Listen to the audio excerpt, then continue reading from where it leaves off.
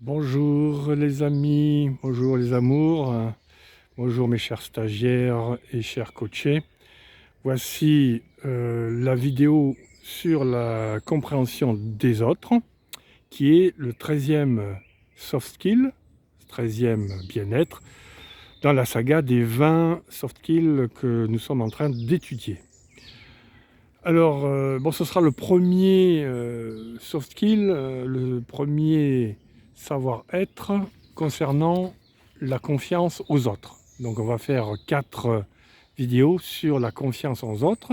Donc je rappelle qu'on a déjà travaillé des vidéos sur la confiance en soi, il y en avait 7, et puis sur le contrôle de soi, il y en avait 5. Donc là, on va travailler sur 4 soft skills concernant la confiance aux autres.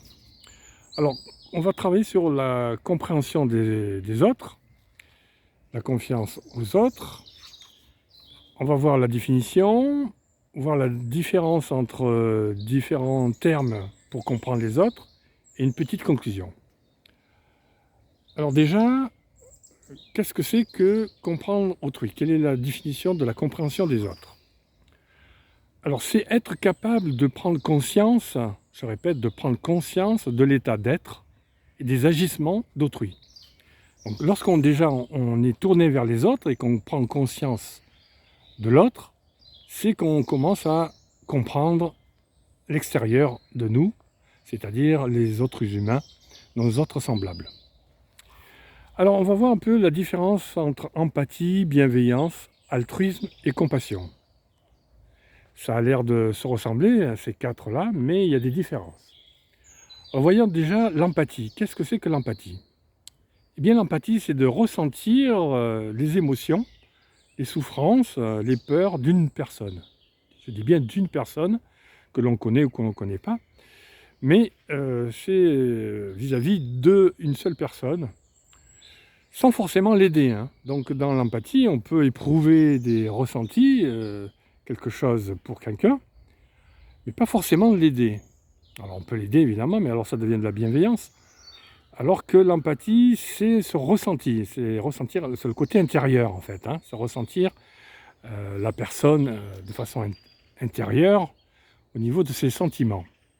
Alors que la sympathie, c'est avoir de la sympathie pour quelqu'un, c'est être en accord avec son image, avec son côté extérieur. Il est sympathique, il me paraît sympathique au niveau comportemental, au niveau de son image qu'il véhicule.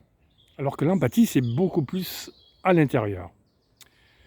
Maintenant, savoir que dans l'empathie, il y a aussi le fait d'être hypersensible ou de sensibilité. Pour être empathique, il faut avoir une certaine sensibilité pour ressentir les autres.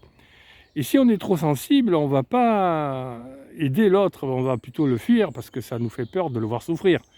Par exemple, si on voit quelqu'un qui est en train de souffrir énormément, on va lui dire: «Ah, mon pauvre ami, tu souffres», mais on ne va pas forcément lui chercher des médicaments pour qu'il souffre moins. Donc l'empathie, c'est vraiment quelque chose qui a rapport avec le sentiment, le ressentiment. Maintenant, il y a la bienveillance, c'est, de l'empathie aussi, c'est-à-dire un ressenti, mais en plus, on va agir. Bon, j'ai pris l'exemple de quelqu'un qui souffre physiquement. Eh bien, vous allez pouvoir, l'aider en allant chercher des médicaments, par exemple, pour qu'il souffre moins. Hein, c'est être bienveillant, veiller à son bien-être. Et c'est toujours par rapport à une personne. Donc on la soutient, et le contraire de la bienveillance, vous avez compris que c'est la malveillance. Être malveillant avec quelqu'un, c'est au contraire lui vouloir du mal et faire du mal à cette personne, soit parce qu'on est jaloux, ou pour X raisons, parce qu'elle nous a embêtés, etc. Alors empathie et bienveillance, ok. Maintenant on va voir l'altruisme et la compassion. Alors l'altruisme, c'est comme l'empathie, c'est de ressentir la souffrance ou les peurs d'autres personnes, mais voire de tous les humains. C'est plus général, c'est pas par rapport à un proche ou un collègue ou un collaborateur ou un ami ou un voisin. Là, c'est pour tout le monde, c'est pour tout un groupe, pour toute une nation, voire pour toute l'humanité. On ressent ces angoisses de tout un groupe. On ressent ces éléments de peur, de souffrance que peut éprouver tout un peuple, tout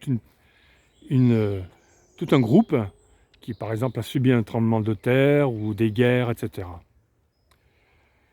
Et la compassion, elle, c'est comme la bienveillance, c'est s'engager à aider au bien-être des personnes, mais de tout un peuple, de tout un groupe humain, voire de toute l'humanité. Donc c'est plus large encore que la bienveillance.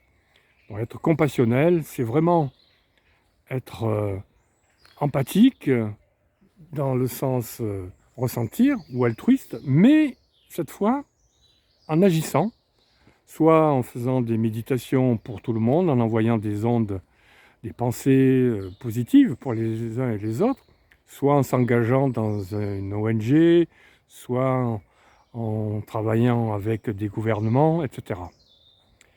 Voilà la différence entre empathie, bienveillance, altruisme et compassion.